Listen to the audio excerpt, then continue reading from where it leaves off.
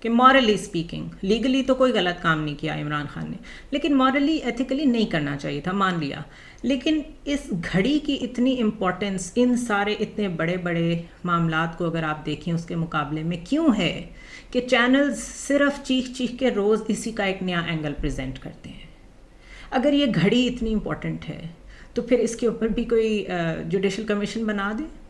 ارشد شریف کی والدہ کو تو اب آ کے ملا ہے وہ مشکل سے بیچاری, میں کیا کہوں ان کے لیے, اس پہ بھی بنا دیں تاکہ جو ہونا ایک دفعہ ہو جائے. ملک کا, قوم کا, لوگوں کا ٹائم ضائع کر رہے ہیں, اٹینشن دوسری طرف ڈائیورٹ کر رہے ہیں گھڑی جیسے ٹریویل اور پیٹی معاملات کی طرف, اس لیے کہ آپ سے بڑے بڑے معاملات بلنڈر ہو گئے ہیں. آپ سے ملک ہینڈل ہونا تو دور کی بات ہے, آپ نے ستیہ ناش کر دیا اکانومی کا. لوگ small and medium enterprises wind up کر رہے ہیں. جو پاکستان سے جا سکتا ہے, چھوٹا بزنس مین, بڑا بزنس مین, وہ جا رہا ہے. لوگ ہم سے پوچھتے ہیں, ہم لوگ جو ویڈیوز کرتے ہیں, جو ٹی وی پہ بیٹھتے ہیں کہ کیا کریں, ویٹ کریں کچھ بہتری ہوگی. Even we don't have an answer, because جب یہ سب کچھ ہوتا دیکھتے ہیں تو ہمیں جو چینج آف کمانڈ ہوئی ہے اس کی وجہ سے بھی کوئی فرق آتا نظر نہیں آ رہا. اعظم سواتی ابھی تک سین سے غائب ہیں, گھڑی والا اسکینڈل ابھی تک چل رہا ہے. سو واٹ ہیز چینجڈ, کیا چینج ہوا ہے؟ اور جو کروڑوں کا خرچہ ہوتا ہے ہمارے سینٹ, نیشنل اسمبلیز اور پروونشل اسمبلیز کے سیشنز پہ, اس کے اوپر میں پھر کسی وقت ڈیٹیل میں بات کروں گی کہ ایک اجلاس پہ کتنا خرچہ ہوتا ہے. اس سب کا ہمیں فائدہ کیا ہو رہا ہے؟ کیونکہ ان اسمبلیز میں پاکستان کی عوام کی تو بات ہی نہیں ہو رہی. اس میں تو بات ہو رہی ہے سلمان شہباز کی واپسی کی. اس پہ تو نیب امینڈمنٹس کی بات ہو رہی ہے جس میں ڈار صاحب, شریفس, زرداریز سب کو کلین چٹ دی جا رہی ہے. زرداری صاحب کی جو امیزنگ سیاست کہی جاتی ہے, جو کہ اصل میں شرمناک سیاست ہے, اس کی بات ہوتی ہے اس میں. سو مجھے نہیں سمجھ آ رہی کہ ہماری اکانومی سے لے کے ہماری نیشنل سیکیورٹی کے سارے ٹینٹیکلز لے لیں, سارا اسپیکٹرم لے لیں, جس میں ہمارے واٹر کرائسس بھی ہیں, جس میں ہمارے انرجی کرائسس بھی ہیں, جس میں ہماری اکانومی بھی ہے. اور بائی دا وے اکانومی کو اتنی ہائپ دی گئی تھی کہ ہمارے پچھلے فوج کے سربراہ ہر جگہ بھاگے جاتے تھے کہ یہ ملٹری ڈپلومیسی ہو رہی ہے اور اس کے ذریعے سے ہمارے جو بہت قریبی ممالک ہیں وہ ہماری ہیلپ کر رہے ہیں. وہ ہیلپ کدھر ہے؟ کیونکہ ہمارے پاس تو ڈالرز ہی نہیں ہیں. سو میرے کویسچنس کا جواب میرا نہیں خیال کسی کے پاس ہے, اس لیے کل آپ کے ساتھ مزید کچھ بری خبریں شیئر کروں گی اور اس کے لیے آپ سے بہت معذرت چاہتی ہوں, بیکاز دس از آل آئی سی. اور میں یہ نہیں کر سکتی کہ میں اپنے الفاظ بدل کے اس طرح کی خبریں آپ کو بہت بری ہیں جو وہ شوگر کوٹ کر کے سناؤں. آئی کین اونلی ہوپ کہ things happen for good in Pakistan, کوئی کنسنسس ڈیولپ ہو جائے.